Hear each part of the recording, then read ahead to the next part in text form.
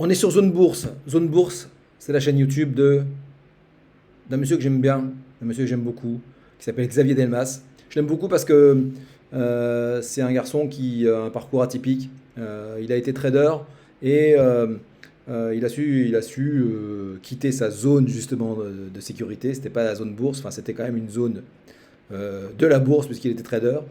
Euh, et donc il est parti faire complètement autre chose. Il a pris sa liberté, un peu comme moi, ça m'a parlé. Et c'est quelqu'un que je suis énormément parce qu'il est extrêmement compétent. Il est très pédagogique, je vous conseille, je vous recommande vivement sa chaîne YouTube et ses podcasts. Et je voudrais faire une parenthèse, tiens, c'était pas prévu, mais je vais faire une parenthèse sur justement la consommation de divertissement entre parenthèses, enfin entre guillemets plutôt. Divertissement entre guillemets parce que là on est loin des divertissements. Quand vous consommez ce genre de contenu, c'est plus que du divertissement. Parce qu'il en reste quelque chose. Quand vous avez terminé, il va en rester quelque chose. Et si vous en consommez tous les jours, pas dans les proportions comme celles que la majorité des Français ont sur les réseaux sociaux qui ne servent à rien, type TikTok ou Netflix, ou voilà, je dis pas qu'il faut arrêter complètement tout ça, mais en tout cas quand on en consomme trop, ça sert à rien.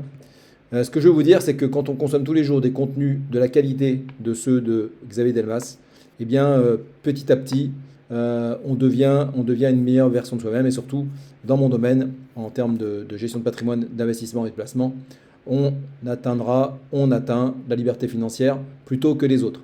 Euh, Vous connaissez l'expression, on est souvent l'addition ou la moyenne des 5 personnes qu'on côtoie le plus autour de soi, au quotidien. Hein. Donc si autour de vous, vous avez que des personnes comme Xavier Delmas, ou comme Mathieu Stéphanie, ou comme Victor Ferry, ou comme Steve, voilà, ce sont des personnes qui me viennent à l'esprit parce que ce sont ceux qui m'ont effectivement récemment, là depuis 1 an, 2 ans, 3 ans ou plus, inspiré et qui m'ont aidé à lancer mon entreprise lorsque j'ai quitté mon statut d'officier de gendarmerie.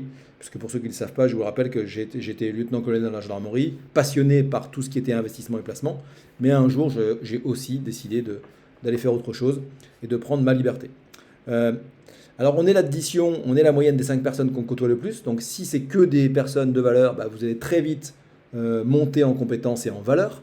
En revanche, lorsque vous avez autour de vous ce qu'on appelle des personnes plus ou moins toxiques, qui vous tirent plutôt vers le bas, là, ça devient plus compliqué.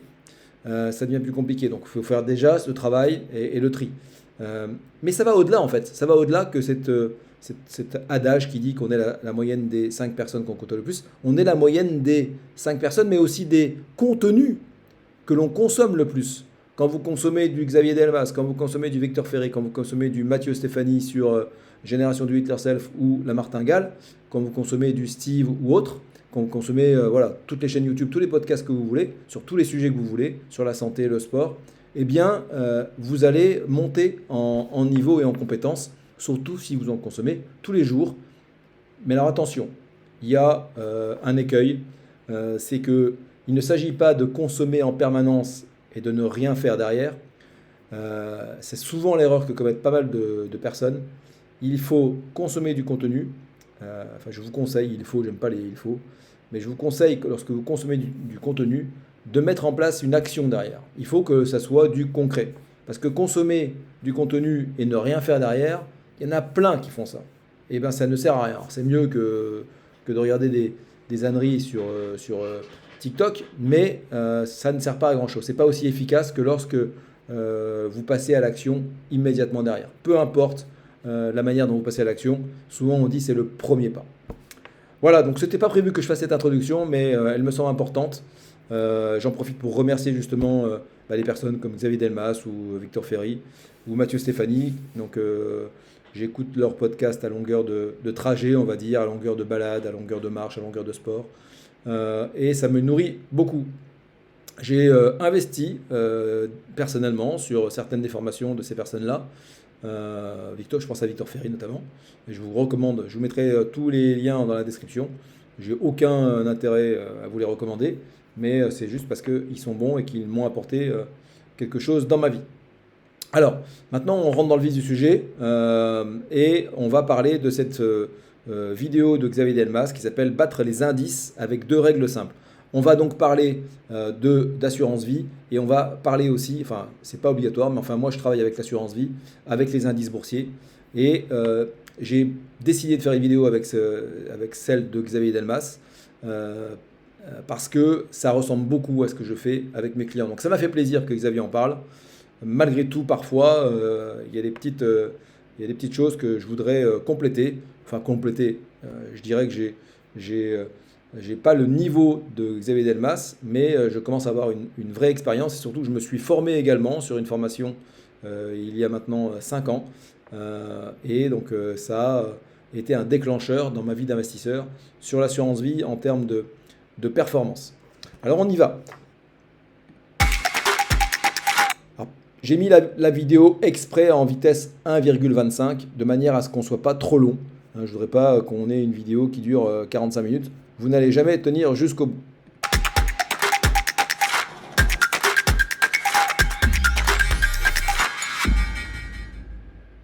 Bonjour et bienvenue dans cette nouvelle émission, l'art d'investir. Alors hier, j'analysais le portefeuille d'un investisseur sur ma chaîne perso, investisseur qui avait la particularité de ne quasiment jamais vendre. Donc forcément, il se retrouvait avec des positions qui étaient extrêmement gagnantes et des positions qui étaient extrêmement perdantes. Et c'est vrai que quand on parle de proverbes boursiers, il y en a deux qui reviennent très souvent, c'est il faut couper ses pertes et il faut laisser courir ses gains. Et moi je me souviens, quand j'ai démarré le trading, donc il y a maintenant plus de 25 ans, j'avais à peu près la vingtaine, j'étais passionné notamment par ces bouquins. Quand j'ai découvert le trading, je les ai découverts notamment à travers ces livres, ce sont des livres de Jack Schwager. Donc c'est la série qu'on appelle Market Wizard en anglais. Les titres des livres en français, c'est Les Magiciens des marchés et puis Les Secrets des grands traders. Ça c'est ces deux premiers livres donc qui étaient publiés il y a très longtemps. Je crois que j'ai lu à sa sortie celui-ci en 96. Ouais, donc c'est ça, j'avais 20 ans. Ces livres sont passionnants parce que ce sont des interviews de grands traders qui expliquent leurs meilleurs coups, leurs pires coups, etc. Alors ça date un petit peu maintenant, mais ça reste passionnant si vous aimez les marchés. Et ce qui m'avait choqué à l'époque, choqué mais bien inscrit parce que c'est marqué, ça reste dans ma mémoire depuis maintenant ces 25 ans, c'est que notamment la règle « il faut couper ses pertes », elle est citée par quasiment tous les traders du bouquin comme étant l'une des, on va dire, 10 règles à appliquer en trading. Alors là-dessus, un petit commentaire. Oui, il faut couper ses pertes. C'est-à-dire que on parle souvent de stratégie passive, 100% passive. On peut très bien se lancer sur un ETF et ne plus le toucher pendant 10, 15, 20, 30 ans. D'accord ? Vous aurez moins de résultats que si vous intervenez sur le contrat en arbitrant, en coupant ses pertes. Dans ma formation, on parle de minimiser les pertes. Donc ça, c'est quelque chose qui est très important. La différence de résultat, elle est colossale. Mais, je le répète, si vous n'avez ni le temps ni l'envie de vous former ou de vous lancer des heures ou des jours à suivre les marchés, eh bien une stratégie passive 100% ETF sur un MSCI World par exemple, MSCI World, c'est déjà mieux qu'une assurance vie de banque. Alors j'ai repris rapidement le livre, en tout cas celui que j'ai dans la main, là, Le Secret des grands traders. Et par exemple, c'est Victor Sperandeo, qui est un trader notamment sur matières premières, qui disait « Il est essentiel quand vous passez des paris lourds que le marché aille immédiatement dans le bon sens. Autrement, votre position devrait être rapidement réduite. Cette mesure est vitale pour assurer votre survie financière. » Un autre exemple, c'est Randy McKay, qui était un trader sur futur, qui disait « Le conseil le plus important est de ne jamais laisser une position perdante devenir ingérable. Vous devez vous assurer que vous pouvez vous permettre d'avoir tort 20 ou 30 fois d'affilée et avoir encore de l'argent sur votre compte de trading. » Sinon, il y a encore Paul Tudor Jones qui disait « Si j'ai des positions qui vont contre moi, j'en sors tout de suite. Si elles vont dans mon sens, je les garde. » Alors je pourrais vous dire comme ça des dizaines de citations, tous, ils ont un petit mot à dire sur comment gérer ses pertes. Mais ces conseils sont des conseils de traders pour des traders. C'est-à-dire que les traders, la particularité qu'ils ont par rapport à un investisseur, c'est que très souvent, ils ont un gros effet de levier, donc même une perte de 10 ou 20% pour eux, ça peut leur faire fondre quasiment la totalité de leur capital. Ce sont aussi, on est dans des activités de trading où on veut faire de l'argent rapidement, pouvoir replacer son capital, etc. Donc on est vraiment dans un autre monde. Alors voilà typiquement ce que je ne fais pas avec mes clients. Faire de l'argent rapidement, faire du trading, on est vraiment à l'opposé de tout ça. Ça ne m'intéresse pas, je ne suis pas formé au trading. En revanche, la stratégie que va un peu évoquer Xavier et que je mets en place avec mes clients, elle est beaucoup plus détachée de tout ce qui est trading. Dans le monde de l'investissement, couper ses pertes, c'est un peu moins important, mais quelque chose qu'on s'aperçoit, je pense, assez vite, mais souvent un peu trop tard malgré tout, c'est qu'il faut le laisser courir ses gains. Et on s'aperçoit vite, quand on a un portefeuille, qu'en fait, si on ne le touche pas, en fait, et si on laisse courir les gains et courir les pertes, on s'aperçoit que les gains, au bout de quelques années, on va avoir des actions qui ont fait plus 100%, plus 200%, plus 300%. Et en fait, ces gains-là remboursent très largement les pertes qu'on a eues sur le reste. Donc, c'est vrai qu'en investissement, c'est un petit peu différent, parce que les gains vont devenir, à terme, tellement importants sur certaines valeurs que, vu qu'on ne peut perdre, entre guillemets, que 100% sur une action, ça va être largement remboursé, bien sûr, si on choisit les bonnes actions. Et toujours... Alors ce qu'il dit est vrai, hein, on peut très bien sur un ETF X ou Y, S&P 500, marché émergent ou autre, on peut très bien faire plus de 100%, d'accord? Alors qu'un trader, lui, il va s'exposer avec des actions à une perte maximale de 100%. Donc déjà, c'est vrai que la différence sur des actions qui font 300, 400, 500% compense effectivement la perte de 100% de certaines actions. Mais là encore, perdre 100%, c'est ce que je dis à mes clients lors de la formation, lorsque je les ai en rendez-vous, c'est pas acceptable psychologiquement, hein. Donc je dirais que 10 à 20% de perte maximum sur un an, c'est déjà quelque chose de tout à fait compliqué déjà à gérer psychologiquement quand on n'a pas l'habitude, quand on est habitué plutôt au livret A. Donc voilà, pas plus que 20% de baisse sur une année. Dans les livres Market Wizard, il y a William Eckhart, un trader mathématicien, qui lui ne fait que du trading systématique. Il veut pas d'émotion, il fait uniquement des règles de trading. Et lui disait que le proverbe boursier on ne s'est jamais ruiné à prendre ses bénéfices, c'est complètement faux. Et que c'est justement en le prenant au pied de la lettre que beaucoup de traders se sont ruinés. Et il dit que, alors que les amateurs se ruinent en prenant des pertes abyssales, les professionnels se ruinent à force de prendre des petits gains. Et ensuite, il explique qu'il faut maximiser ses gains et non pas le nombre de coups gagnants. Et que le taux de succès des transactions est, de toutes les stades de performance, celle qui a le moins d'importance. Donc on voit que, même pour quelqu'un qui fait du trading, l'aspect laisser courir ses gains, c'est quelque chose d'important. Mais dans tout ce qu'on a vu, là, toutes ces citations de traders, on parle de stop picking, on parle de choisir ses actions ou peu importe ses positions en matière première, etc. Et on va donc laisser courir ses gains, couper ses pertes. Mais est-ce que c'est quelque chose qu'on peut appliquer aussi à une gestion indicielle, une gestion, on va dire, quasiment passive? Et c'est ce qu'ont fait 3 chercheurs qui, en fait, ont appliqué une stratégie type couper ses pertes, laisser courir ses gains. Donc on est d'accord qu'on n'est plus ici dans une stratégie passive. Et ils ont comparé cette stratégie, donc je vais vous expliquer les règles, à un portefeuille 70% actions, 30% bons du trésor américain. En fait, pourquoi est-ce qu'ils ont pris ce mix 70-30? C'est parce que ça a un risque à peu près équivalent à leur stratégie. Alors là, c'est là un peu là où j'ai commencé à bondir en regardant la vidéo, c'est-à-dire que ça ressemble clairement à ce que je fais avec mes clients. Hein, donc dans la formation, je compare la stratégie. Alors je ne vais pas citer le nom de l'inventeur génial de cette stratégie-là, mais ce n'est pas dans les 3 noms que Xavier cite, parce que je dévoile donc une partie de la stratégie et mes clients payent pour ça, entre guillemets, pour obtenir cette formation et donc je ne vais pas la délivrer gratuitement en vidéo par rapport à eux, ce serait pas très, très cool. Donc pas de nom à la radio comme on dit. Néanmoins, donc effectivement, on compare cette stratégie-là avec le placement retraite habituel typique américain, c'est-à-dire donc un fonds 70-30, 30% obligations, 70% actions. Alors la règle de leur stratégie, elle est simple, c'est qu'ils vont vendre leur position sur le S&P 500 et investir, basculer dans les bons du trésor, dès que le rendement sur 12 mois du S&P 500 donc, tombe en dessous de moins 5%.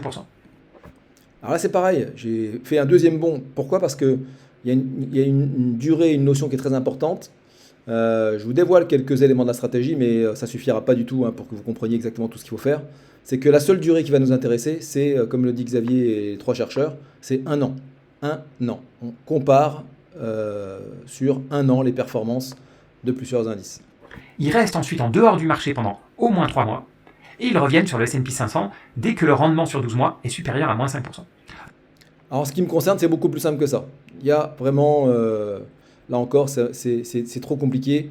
Bon, de toute façon, c'est vrai que mes clients, il y a une époque où c'était eux qui, certains le font encore, c'était les pionniers, entre guillemets, tous ceux qui sont chez Linksea, font eux-mêmes leurs arbitrages sur mes conseils. Mais maintenant que je suis chez Axipus Patrimoine, je m'occupe de tout pour eux. Alors, on pourrait se dire comme ça que oui, c'est un stop loss à moins de 5%, mais non. Cet aspect de rendement 12 mois, c'est très important et ça change tout. Par exemple, si le marché gagne 30% et puis repère 30%, vous allez toujours rester investi si la hausse et la baisse ont lieu en moins de 12 mois. Mais quand le temps va passer, quand la hausse de 30% va petit à petit sortir de la période, en fait, du spectre, vous allez vous retrouver avec un marché sur 12 mois qui va perdre 5%, et c'est à ce moment-là que vous sortirez. Donc on voit qu'il y a quand même un lag, il y a quand même un délai relativement important.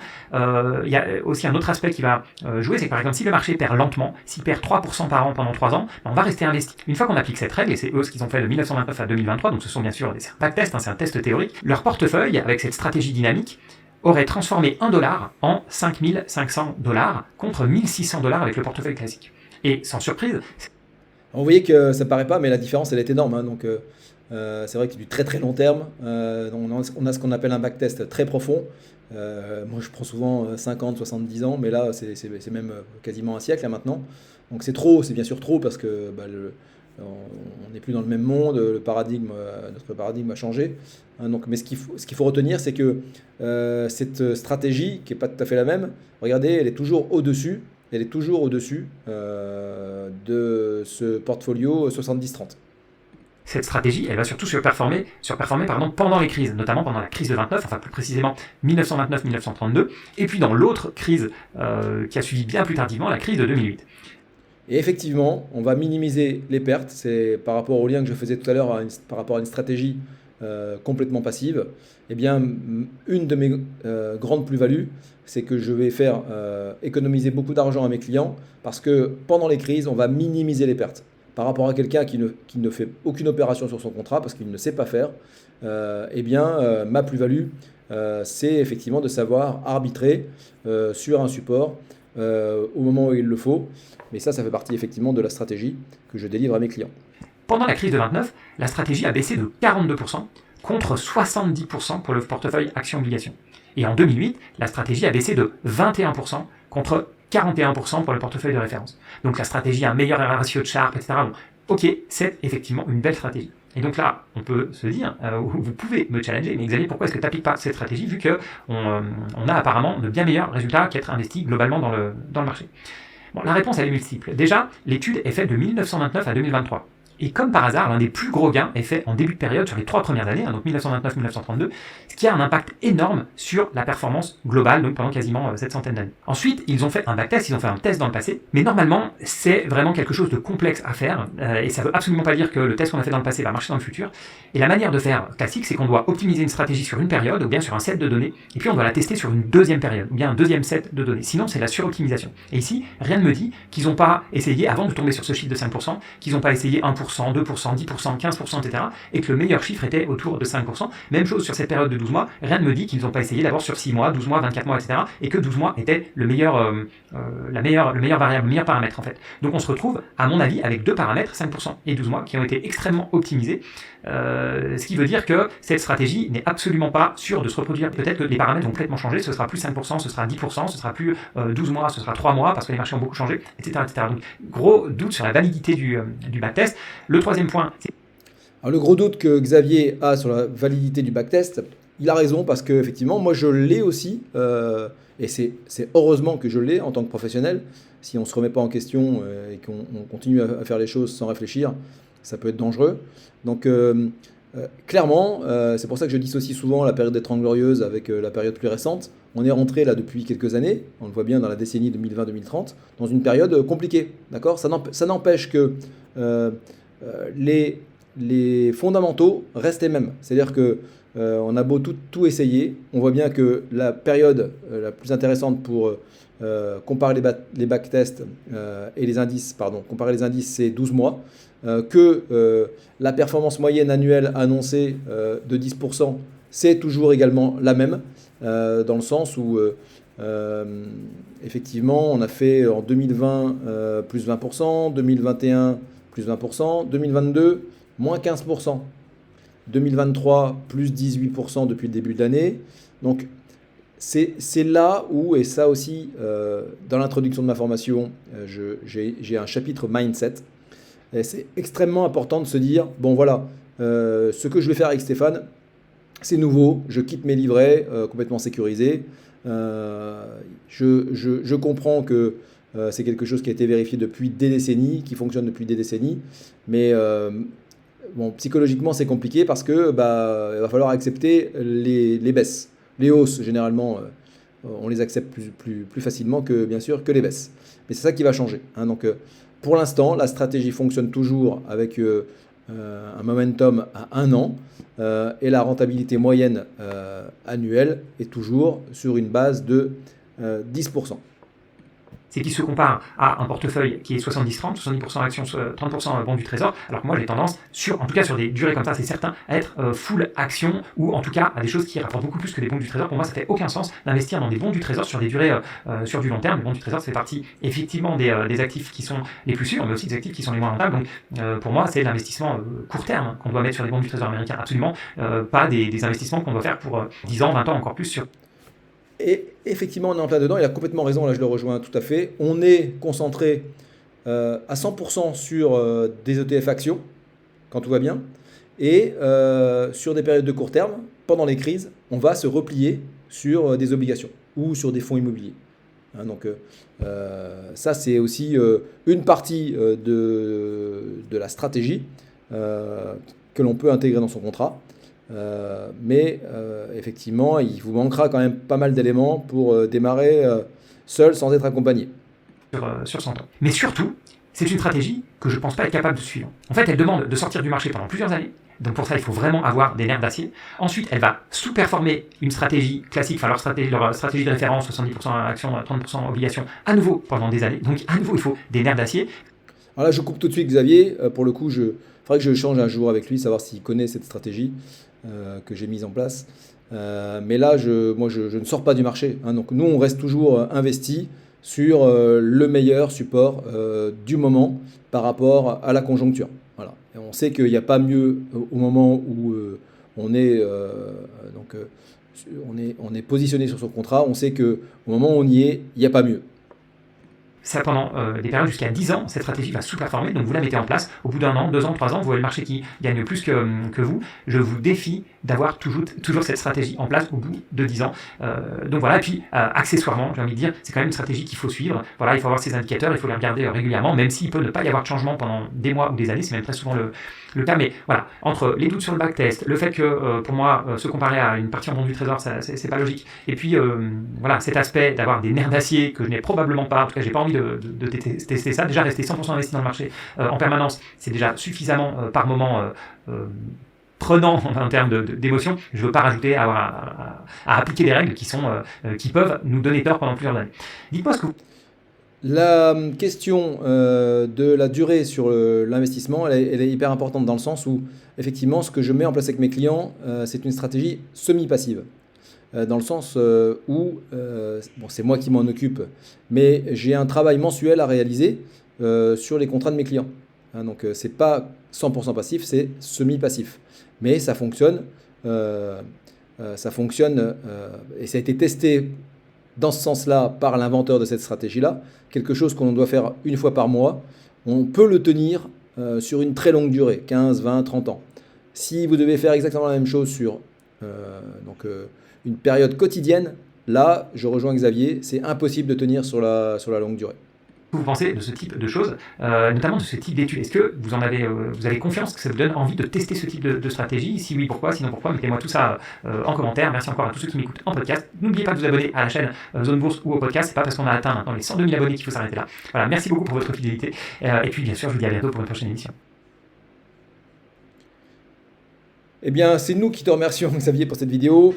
J'en profite, donc je vous mettrai tous les liens des personnes dont j'ai parlé.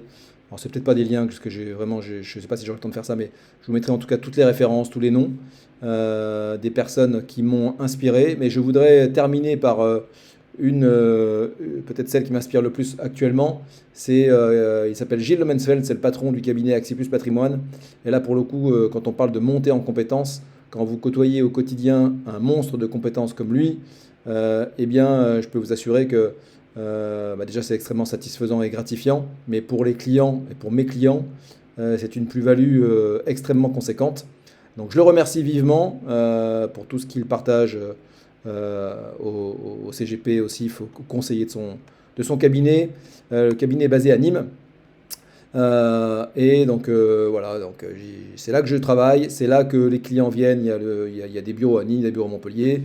Il y a aussi des annexes de bureaux, même maintenant sur Marseille. Il y a un peu partout. Hein, donc Lyon, non pas Lyon, Grenoble, Paris, et puis comme il y a beaucoup de clients dans le Champagne du côté d'Épernay.